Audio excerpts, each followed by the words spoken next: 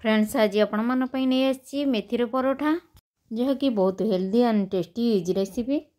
Hello friends नमस्कार, मु विद्युत प्रभा विधि विधान कुकिंग चैनल रो आपण मन को स्वागत करूची। आज आपण मन पई मेथी पत्र रे तैयारी परोठा आपण मन पाखु नै आछि। ताहले डेरी न करी आसंतु जिबा रेसिपी आडगु। फ्रेंड्स एठार देखंतु मु दुई बिडा मेथी पत्र नैची, एहा को भलो भाबरे धोई पानी सब निगाडी नैची। देखंतु पत्र रे हमर बिल्कुल भी पानी नाही, पूरा सुखिला अच्छी आ गोटा गोटा भी अच्छी। मु आगुरु धोई रखी। एबे आमे यहाँ को बहुत चुना चुना करी काटि नेबा परोठा पाई। फ्रेंड्स मेथी परोठा खाइले आम शरीर पाई बहुत भल उपकार मिली थाए। मो भली आपण माने निश्चय थरे बनाई खाइबे, देखिबे यार टेस्ट बहुत भल थाए। फ्रेंड्स मेथी पत्र को आमे एबे बारीक बारीक करी कोइंच रे काटि नेबा। आपण चाहिए छुरी जो थे काटिया को सहज लगुच आप काटे।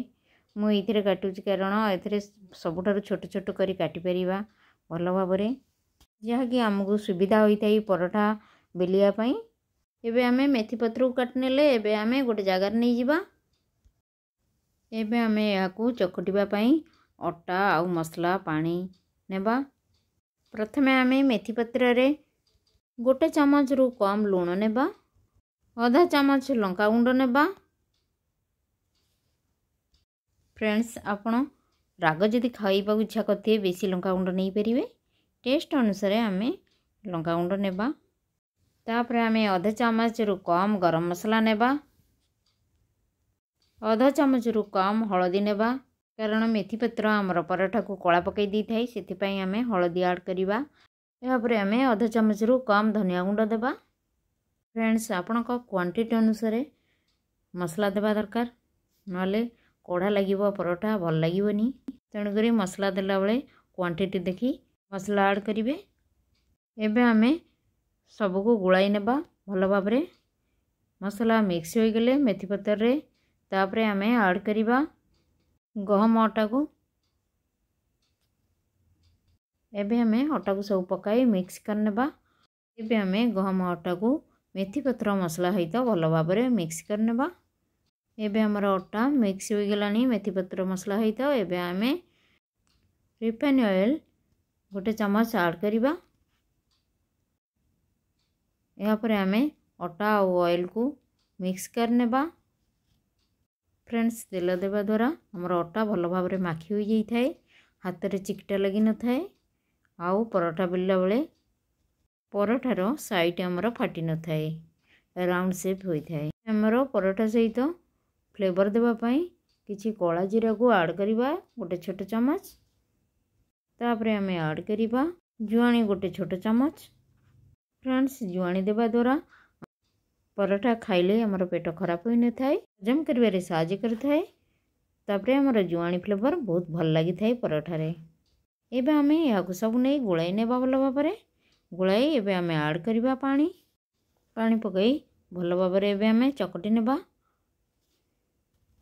फ्रेंड्स एथिरे चाइले आपण भी अदा पकई परिबे, प्याज पकई परिबे। पिला मानको पसंद नुहे बोली मु पकाई नाही, आपण चाइले प्याज आउ अदा कुरिकी पकई परिबे। जे मानको भल लगे आपण माने ऐड करि परिबे, यार फ्लेवर भी बहुत भल होई थाए। एबे आमे आटा को चकटी नेले एबे आमे गोटे प्लेट रे ढांकी रखिबा किछि समय। आटा को ढांकी रखिया द्वारा आमर परोठा सॉफ्ट होता है आ फुली थाए मध्य। एबे आमे 15 मिनट पई ढांकी रखिथिले, एबे 15 मिनट होई गलानी। एबे आमे ढांकी देखिबा, देखंतु आटा आमर सॉफ्ट होई गलानी। एबे आमे याकू परोठा बुलिबा नै। एबे आमे सबको गुळा करनेबा। तापरे किछि आटा नेबा, गुळा को अटारे गुलाई एबे आमे याकू रुटी भलिया करी बेली नेबा। फ्रेंड्स याकू आपण परोठा शेप देई परिबे, 3 कोणिया करी परिबे, 4 कोणिया भी करी परिबे। मु एटारे गोल राउंड करी बेली नैची। एबे आमे तावा आगुरु गरम करथिले, एबे आमे परोठा को पकाई नेबा, याकू पकाई सेकी नेबा। एबे हमर परोठा तळपट होई गलानी। एबे आमे ऊपर पटु कर नेबा। तापरे आमे रिफाइन ऑयल परोठा ऊपर किछि देबा। फ्रेंड्स आपन जदि घी पसंद आपन घी भी ऐड कर परिबे घी भी बहुत बढ़िया लगता है हमर परोटा। एबे आमे आउ टिके उल्टाई नेबा।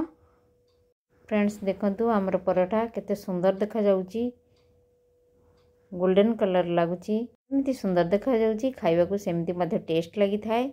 आपण एमती थरे निश्चय मो भली बनै खांतु जानिबे मेथीर परोटा केते बढ़िया स्वादिष्ट थाए।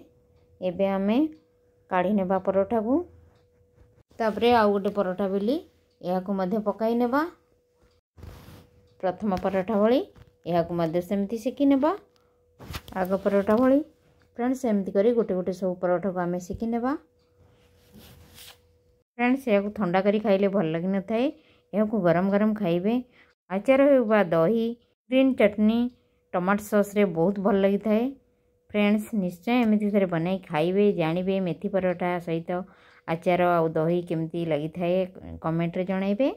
फ्रेंड्स मु एमती करी सब परोटा को बेली नेली एवं सेकी नेली। एबे चलंतु गरम गरम परिसी नेबा आचार सहित खाइबा पई।